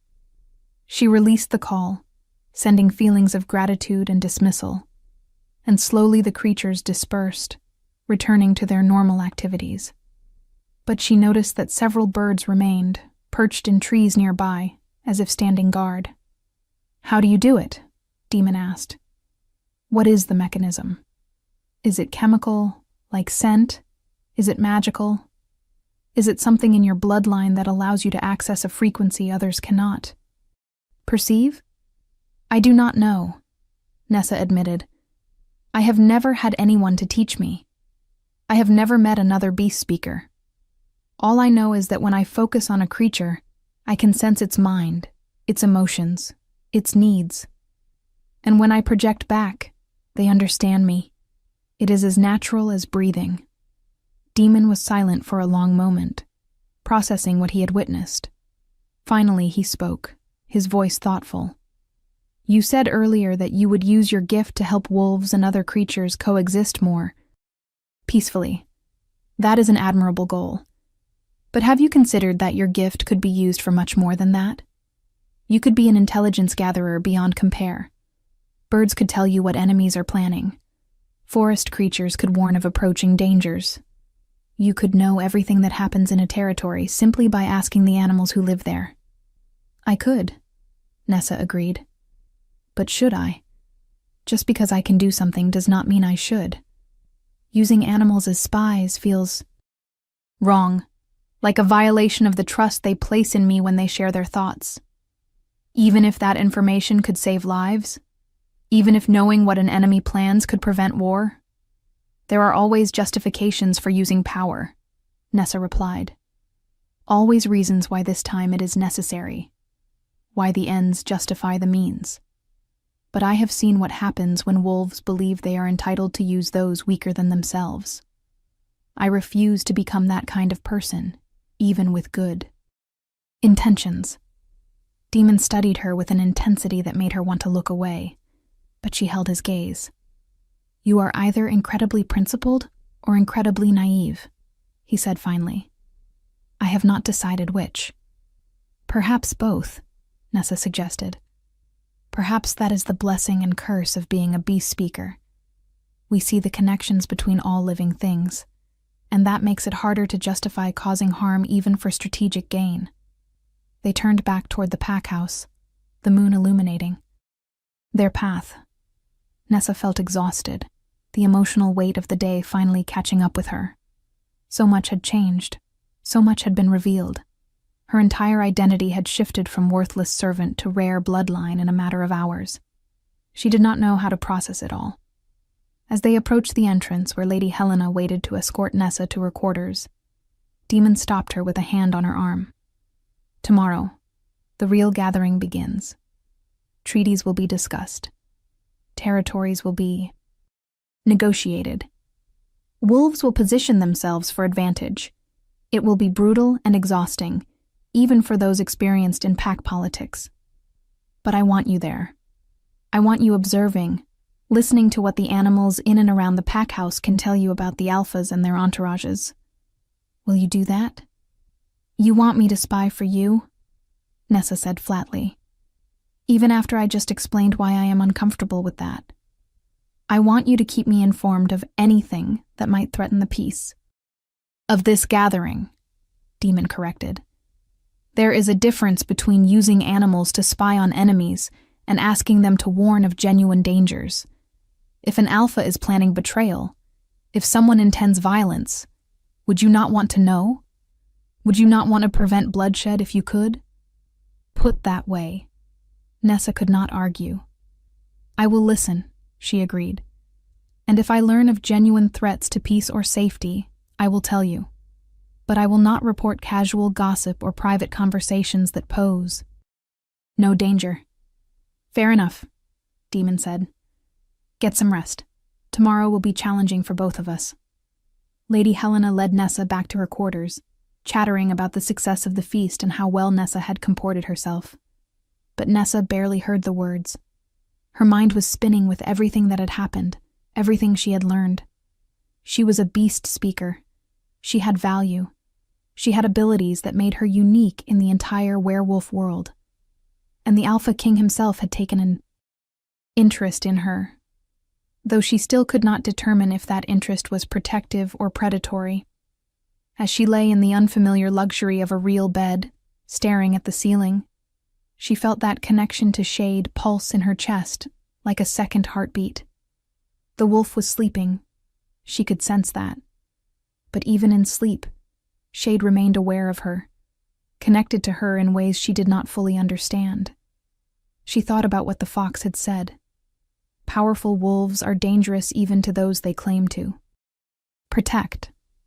It was true. Demon was dangerous. He was powerful and strategic, and accustomed to using every resource at his disposal to maintain his position.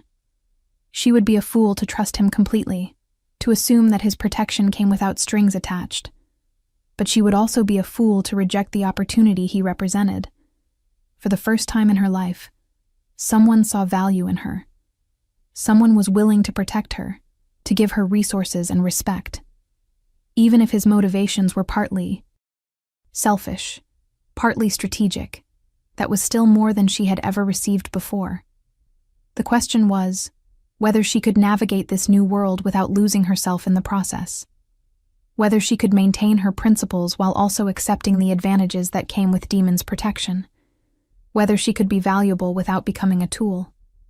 Sleep came slowly, and when it did, her dreams were filled with amber eyes and black fur, with the sensation of running through forests she had never seen, with voices that spoke without words and connections that transcended the boundaries between species. Somewhere in those dreams, she heard Shade's voice again, clear and certain. Not alone. Not anymore. Found pack. Found purpose. Found home. And in the morning, when she woke to sunlight streaming through windows and the sound of birds singing outside, Nessa allowed herself to hope that perhaps, finally, those words might be true. The first full day of the gathering dawned clear and bright, though Nessa could sense tension in the air that had nothing to do with the weather. Lady Helena arrived early with breakfast and another elaborate gown, this one deep emerald green that brought out the unusual color of Nessa's eyes. Today will be intense, Helena warned as she helped Nessa dress. The alphas will present their territorial concerns and petitions. There will be arguments, possibly threats. Your job is to observe and remain calm no matter what happens. Can you do that? I have sat through years of abuse without reacting, Nessa replied. I think I can handle political arguments. Helena smiled approvingly. Good. But remember, you are not a servant anymore. You represent the Alpha King's interests now. How you conduct yourself reflects on him. No looking at the floor. No hunching your shoulders. You are Beast Speaker Nessa Thornwood, descended from a legendary bloodline. Act like it. It was easier said than done, but Nessa tried to internalize the advice as Helena led her to the council chamber where the day's negotiations would take place. The room was circular, with tiered seating arranged so that all alphas could see each other. Demon's chair sat at the highest point, emphasizing his position as Alpha King. Nessa was directed to a smaller chair just behind and to the left of his position, a clear indication that she was part of his inner circle. The other alphas filed in with their advisors, each one taking their assigned position. Nessa watched them carefully, noting the dynamics between various groups. Some alphas sat in clusters, clearly allied. Others sat alone, isolated by choice or circumstance. And throughout the room, she could feel the wolves beneath the human skins, dominant and aggressive, all of them barely restrained by civilization and protocol. Demon entered last, as was his right as king. He wore simple but elegant clothing, black as always, with only a silver chain of office to denote his rank. Shade walked at his side and Nessa felt the now familiar pull of connection as the wolf's eyes found hers immediately. Honored alphas, Demon began, his voice carrying easily through the chamber. We begin today the work of the gathering. Over the next several days, we will address territorial disputes, discuss resource allocation, and make decisions that will guide our packs for the next century. I expect all disagreements to be handled with respect and dignity. I expect all alphas to remember that we are stronger. Together then we are divided, and I expect everyone present to honor the ancient laws that govern this sacred gathering. He paused, letting his words sink in. Now, who wishes to present first? Alpha Reed stood immediately, his expression carefully neutral. Your Majesty, if I may, I would like to address a concern that affects multiple territories. The human expansion into the northern forests has disrupted migration patterns for prey animals. This has created tension between packs as we compete for diminishing resources. I propose we discuss a coordinated approach to managing human encroachment. It was a smart opening. By framing the issue as affecting multiple packs, Reed made himself look like a leader thinking of the greater good rather than just his own territory. Several alphas nodded in agreement, and discussion began about how to handle the human problem without exposing the existence of werewolves to the wider human population. Nessa listened carefully, but she also extended her awareness beyond the room. She could sense birds in the rafters, mice in the walls, insects in the corners. All of them were experiencing the emotions and tensions of the wolves below them. All of them were agitated by the dominant energies filling the space, and some of them had information to share. A crow in the corner of the room had been present since before the alphas arrived, and it had been listening to conversations. Nessa carefully, subtly, made contact with the bird's mind. What have you heard, little brother? The crow responded immediately, pleased to be acknowledged. The silver-haired female wolf, it said, referring to Alpha Marissa, spoke with two others before entering. They plan to challenge the Alpha King's authority on resource distribution. They believe he favors the northern packs over the southern territories. Nessa filed that information away, watching Alpha Marissa carefully. The woman sat quietly now, listening to the discussion about human encroachment. But Nessa could see calculation in her eyes. The debate continued for over an hour, with various alphas suggesting different approaches. Some wanted to use their influence in human government to protect forest lands. Others suggested simply eliminating humans who ventured too far into pack territories. Demon moderated carefully, steering the discussion toward practical solutions, while shutting down suggestions that would expose their kind to human attention. Finally, Alpha Marissa stood. Your Majesty, while I appreciate the discussion about human encroachment, I believe we are avoiding a more fundamental issue. The distribution of territories itself is outdated and unfair. The northern packs control vast forests and resources, while southern packs are crowded into smaller territories with fewer prey animals. I propose a redistribution of territorial boundaries to create more equitable conditions. The room erupted into immediate argument. Northern alphas shouted their opposition, while Southern alphas voiced support. Demon raised his hand, and slowly silence fell, though tension remained thick in the air. Alpha Marissa, Demon said carefully. The current territorial boundaries were established over 2 centuries ago through treaties that were agreed upon by all parties. Are you suggesting we discard centuries of precedent? I am suggesting that circumstances change, Marissa replied smoothly. What worked 200 years ago may not work now. Our populations have grown. Human expansion has reduced available territories. If we do not adapt, we will find ourselves in constant conflict over diminishing resources. And who decides which territories are redistributed? Asked Alpha Constantine, his voice heavy with skepticism. Who determines which packs give up land they have held for generations? I suspect, Alpha Marissa, that any redistribution you propose would favor your allies while disadvantaging those who oppose you. That is an insulting accusation, Marissa snapped. I am trying to address a genuine problem, not grab territory for myself. Are you? Constantine shot back. Because from where I sit, this looks like a naked power play disguised as concern for fairness. The argument escalated, with more alphas joining on either side. Nessa felt the tension building, felt the wolves getting closer to the surface. In another moment, this could turn violent, could destroy the entire purpose of the gathering. She heard Shade growl low in his throat, sensing the danger. And then she felt it. A subtle wrongness in the air, a sense of approaching threat that made every animal in the vicinity go silent with fear. She reached out with her gift, searching for the source, and found it. Rats in the walls, dozens of them, all moving with unnatural coordination toward the council chamber. And they were carrying something. Sickness, disease. Someone had deliberately infected them and was driving them toward the gathered alphas. Your Majesty, Nessa said urgently, standing without thinking about protocol. We need to evacuate this room immediately. Every eye in the chamber turned to her, surprise and irritation evident on most faces. But Demon did not hesitate. Why? He asked simply. Disease, Nessa said. In the walls, dozens of infected rats being driven toward this location.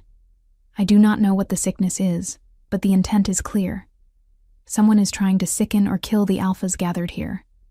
For a moment, no one moved. Then chaos erupted as alphas surged to their feet, some moving toward the exits, others demanding to know more. Everyone remain calm, Demon commanded, his voice cutting through the panic with pure dominance. Exit in an orderly fashion. Beta Marcus, secure alternative location for the council. Lady Helena, ensure the routes are clear. Move now. The alphas filed out quickly, but without the stampede that might have caused injury. Demon remained until everyone else had. Exited, Shade at his side, and Nessa standing frozen, still connected to the rats in the walls. She could feel their confusion, their distress. They did not want to be here, did not want to be doing this. They were being compelled by something she could not quite identify. Can you stop them? Demon asked, his attention fully on her. Can you turn them away from us? Nessa focused everything she had on the rats, pushing past whatever was compelling them, trying to reach the creatures themselves, rather than the unnatural force driving them forward. It was like pushing through thick mud, difficult and exhausting. But slowly she made progress. I am trying, she said through gritted teeth. Whatever is controlling them is strong. It is not natural. Someone is using magic or some other force I do not recognize. Keep trying, Demon ordered. I will find the source. He moved with terrifying speed toward one of the walls where Nessa sensed the largest concentration of rats. Shade followed, and together they tore through wood and plaster, exposing the space behind. The rats were there, dozens of them, their eyes glazed with that unnatural compulsion. But behind them, Barely visible in the shadows was a small object pulsing with dark energy. Demon reached for it without hesitation, his hand closing around the object. The moment he touched it, the compulsion broke and the rats scattered, fleeing in terror now that they were free of the control. Demon pulled the object into the light. It was a carved stone, small enough to fit in his palm, covered in symbols Nessa did not recognize. But she could feel the wrongness radiating from it, could sense the dark intent that had been woven into its creation. Blood magic, Demon said quietly, his voice deadly.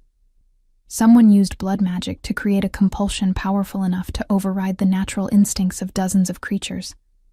Someone brought this into my gathering with the intent to harm or kill. He turned to face the assembled alphas who had gathered in the hallway, watching the scene with a mixture of fear and anger. "Who brought this into my territory?" he demanded. "Who dares use forbidden magic in a sacred gathering?" Silence answered him. Every alpha looked either shocked or confused. If any of them knew about the stone, they were hiding it well. Beta Marcus appeared, his expression grim. "Your Majesty, we found 2 more of these stones in other parts of the building. Someone planted them throughout the pack house. If Miss Thornwood had not detected the threat, we would all have been exposed to whatever disease those creatures were carrying." Demon's eyes blazed with gold, his wolf rising to the surface with barely controlled fury. "This is an act of war, an attack on the gathering itself. I want every square inch of this territory searched. I want every wolf present accounted for and questioned. And I want whoever did this found and brought before me. Now." Alphas scattered to organize search parties and check their own people. Nessa stood in the hallway, suddenly feeling very small and very exposed. She had just prevented a major attack on the gathered alphas, had used her gift to save potentially hundreds of lives. But she had also painted a target on her back. Whoever had planted those stones now knew that she could detect and interfere with their plans. "You saved us," Demon said quietly, turning his attention back to her. "How did you know?" "The animals," Nessa explained. "They went silent all at once, that specific kind of silence that comes before a predator attacks. And then I sensed the rats, felt the wrongness in them. I have never felt anything like that compulsion before. It was like someone had reached into their minds and simply took control, overriding everything that makes them who they are." "Could you do that?" Demon asked. "Could you take control of creatures the way whoever created those stones did?" "No," Nessa said firmly. "And I would not even if I could. That is not communication. That is slavery. That is forcing your will onto another being without their consent. It is exactly the kind of power I never want to possess." Demon studied her for a long moment. "Good. Because if you had said yes, if you had shown any interest in that kind of control, I would have had to reconsider our arrangement. The ability to communicate with creatures is valuable. The ability to enslave them is dangerous." He gestured toward the destroyed wall and the scattered stone fragments. This attack was sophisticated and well planned. Someone knew exactly what they were doing. They knew the layout of the pack house. They knew where to place the stones for maximum effect. And they knew that normal wolves would not detect the threat until it was too late. The question is why? To disrupt the gathering, Beta Marcus suggested. To throw everything into chaos and prevent the alphas from reaching agreements. Or to eliminate specific targets, Demon countered. If we had been infected with whatever disease those rats carried, some of us might have died. Others would have been weakened. Territory disputes could have been settled through illness rather than negotiation. It is efficient, in a horrifying way. A mouse emerged from a crack in the baseboard, its tiny nose twitching nervously. Nessa made contact with its mind, feeling its fear and confusion. "Little sister," she said aloud, kneeling down to the mouses. "Level. You live in these walls. Have you seen who placed the dark stones? The mouse chittered, its thoughts coming through in flashes of image and sensation. Bad wolf, smell of rot and anger, place stones in dark times when others sleep. Many stones, hidden everywhere. Can you show me where the other stones are? Nessa asked gently. Can you lead us to them? The mouse hesitated, fear warring with the desire to help. Nessa projected feelings of safety and gratitude, promised that no harm would come to it. Finally, the mouse agreed. Your Majesty, Nessa said, standing. This mouse knows where more stones are hidden. It can lead us to them if we move quickly and quietly. Can it identify who placed them? Demon asked. It says a wolf, but the description is vague. Bad smell, anger, darkness. That could be anyone, especially if they used magic to disguise themselves or cloud the memories of witnesses. Then we find the stones first, Demon decided. Eliminate the immediate threat. Then we identify the traitor. They moved through the pack house like ghosts, following the mouse as it led them to hidden stones. They found them in ventilation shafts, behind loose stones and walls, tucked into the corners of supply closets. Each one pulsed with that same dark energy, each one designed to compel nearby creatures toward the gathered alphas. By the time they finished, they had collected 13 stones in total. 13 points of attack, any one of which could have succeeded if Nessa had not detected the threat. Whoever did this was thorough, Beta Marcus observed. They wanted to make sure at least one attack succeeded, which means they were either very afraid of failure or very committed to causing maximum damage. Demon replied. He looked at the collection of stones they had gathered, his expression dark. These need to be destroyed, but carefully. Blood magic is volatile. If we simply smash them, the energy could backlash and harm anyone nearby. The ravens might know how to safely dispose of blood magic, Nessa suggested. They remember old things, old knowledge that wolves have forgotten. If you would allow me, I could ask them. Demon nodded. Do it, but be quick. I want these things gone before nightfall. Nessa stepped out into the gardens and reached out with her gift, calling to the corvids that lived in the surrounding forests.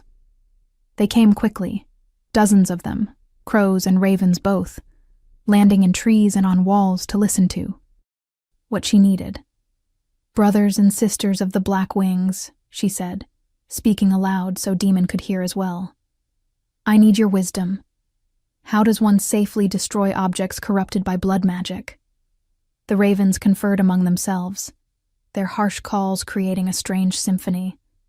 Finally, the eldest among them, a massive raven with silver streaking through its black feathers, spoke directly to Nessa's mind. Fire and salt and running water, it said. Burn them with white ash wood, surround the fire with a circle of pure salt, and let the ashes wash away in a natural stream. The earth will cleanse the corruption. But be warned, young speaker. Whoever created these objects has power and knowledge that should not exist. They have walked the dark paths and made bargains with things that should remain forgotten. You have made an enemy today, a dangerous one. I understand, Nessa replied. Thank you for your wisdom. She relayed the instructions to Demon, who immediately set about gathering the necessary materials. Within an hour, they had created a ceremonial fire in a clearing by the stream that ran through packlands. The 13 stones were placed in the flames surrounded by a perfect circle of salt, and they watched as the dark energy burned away, the stones cracking and crumbling to ash. As the ashes washed away downstream, Nessa felt a sense of relief. The immediate danger was gone. But the raven's warning echoed in her mind. You have made an enemy today. A dangerous one? That evening, the alphas reconvened in a different location, this time with extensive security measures in place. The mood was grim, the earlier political maneuvering forgotten in the face of the attack they had all just survived. Demon stood before them, his presence commanding absolute attention. Someone brought blood magic into this gathering, he said, his voice carrying to every corner of the room. Someone planted cursed stones throughout Packlands with the intent to harm or kill. This is a violation of every law we hold sacred. This is an attack not on individual alphas, but on our entire society, on the very concept of peaceful assembly. He paused, letting his words sink in. I am offering a choice to whoever is responsible. Confess now, face judgment, and I will grant mercy in the form of a quick death. Or hide your guilt, and when I find you, because I will find you, the punishment will be far more severe. Silence. No one moved. No one spoke. If the guilty party was present, they were not confessing. Very well, Demon said coldly. Then we proceed with investigation. Every wolf present will submit to questioning. Every belongings will be searched. Every connection to blood magic practitioners will be examined. And when I find the traitor, when I discover who dared threaten the peace of this gathering, they will wish they had taken the option of mercy. He dismissed the assembly, and slowly the alphas filed out, muttering among themselves. Nessa saw fear in many eyes, but also determination. Whoever was responsible had united the alphas in a way political speeches never could. They were angry. They were threatened. And they wanted justice. As Nessa made her way back to her quarters, exhausted from the day's events, she felt a presence behind her. She turned to find Cassandra blocking her path, her beautiful face twisted with hatred. This is your fault, Cassandra hissed. You brought chaos with you. You corrupted the Alpha King's wolf. You disrupted the gathering with your ridiculous claims about rats. Everything was fine before you appeared. Everything was not fine, Nessa replied, too tired to be diplomatic. Someone planted those stones before I ever sat at the high table. Someone planned this attack before anyone knew I existed.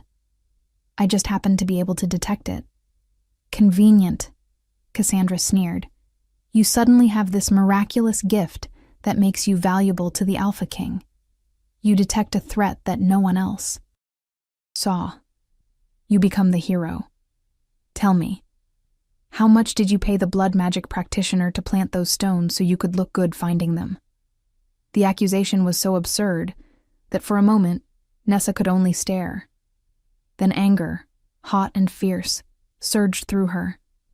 I risked my life today detecting those stones. If I had been wrong, if they had been harmless, I would have looked like a fool in front of every alpha present. If I had been too slow, everyone in that chamber could have been infected with disease. Do not stand there and accuse me of engineering something that could have killed us all. You are a liar and a manipulator, Cassandra spat. And when the Alpha King finally sees through your deceptions, when he realizes you are playing him, I will be there to watch your downfall, and I will enjoy every moment of it. Before Nessa could respond, Shade appeared seemingly from nowhere, the massive wolf positioning itself between Nessa and Cassandra. The growl that rumbled from Shade's chest was unlike anything Nessa had heard before, a sound of pure threat and promised violence. Cassandra went pale, stumbling backward. Control your beast, she demanded, but her voice shook. Shade does not belong to me, Nessa said quietly. Shade belongs to the Alpha King, and if the wolf chooses to protect me, that is between you and His Majesty. Cassandra fled, and Nessa felt herself shaking with delayed reaction. The confrontation had been brief, but intense, and she realized how much danger she was actually in. Cassandra was an Alpha's daughter, powerful and connected, and she clearly saw Nessa as a threat to be eliminated. Shade pressed against her side, and she felt the wolf's concern through their bond. Safe now. Protected. Pack protects pack. Thank you, Nessa whispered, running her fingers through the soft fur. But you should return to Demon. He will be looking for you. No. Stay with you tonight. Danger still near. Pack does not leave pack alone when enemies hunt. The determination in the wolf's voice was absolute. Shade would not be moved, would not leave her unprotected. Nessa should have been uncomfortable with that, should have insisted that Shade return to its human. But instead, she felt only relief and gratitude. She was not alone. For the first time in her life, she was truly not alone. They walked together to her quarters, and Shade settled on the rug beside her bed, those amber eyes watching the door with vigilant intensity. Nessa lay down, but did not sleep immediately. Instead, she stared at the ceiling and thought about everything that had happened. She had discovered her heritage. She had been recognized and valued. She had saved lives.